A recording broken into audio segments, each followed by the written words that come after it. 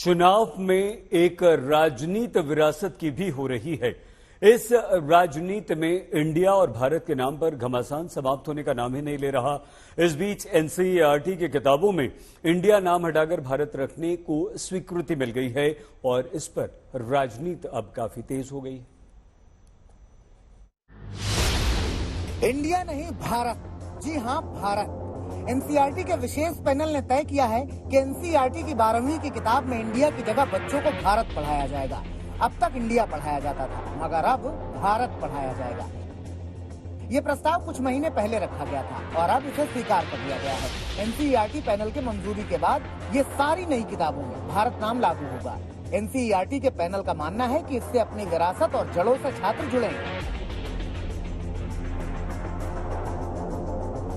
भारत नाम अपना हमारा खुद का है, हमारे ऋषियों के द्वारा दिया गया है।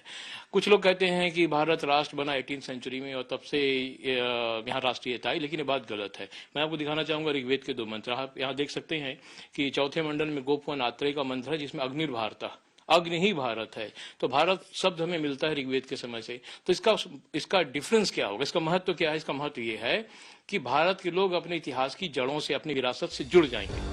इस साल की शुरुआत में इंडिया और भारत की चर्चा तब शुरू हुई जब केंद्र ने राष्ट्रपति द्रौपदी मुर्मू द्वारा आयोजित G20 रात्रि भोज के निमंत्रण को भारत के राष्ट्रपति के नाम से भेजा था, जिसके बाद से ही कयास लगने लगे थे कि अब इंडिया की जगह देश का नाम भारत होगा। लेकिन इसी नाम को लेकर विपक्ष भड़क गया है। कांग्रेस पूछ रही है कि कहां-कहां इंडिया शब्द हटाओगे। Why we are calling Reserve Bank of India, Indian Administrative Service, Indian Foreign Service. In all our passports, we have Republic of India, Constitution of India. I think something wrong has happened to this government. जबकि आम आदमी party कह रही है कि BJP और मोदी सरकार विपक्ष के गठबंधन से डर गई है, इसीलिए नाम बदलने की सियासत चल रही है।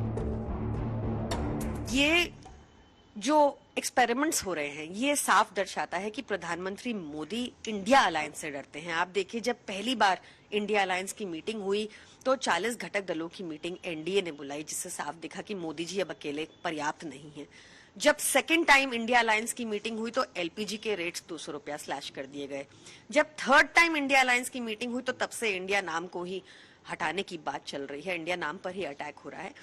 ये साफ तौर पर दर्शाता है कि मोदी जी इंडिया अलायंस से घबराए हुए हैं। एनसीईआरटी ने तो नाम बदलने का ऐलान कर दिया, मगर अब इस पर सियासत जोरदार हो रही है। दिल्ली से अमित भारद्वाज के साथ सत्येंद्र चौहान, चंडीगढ़, आज तक।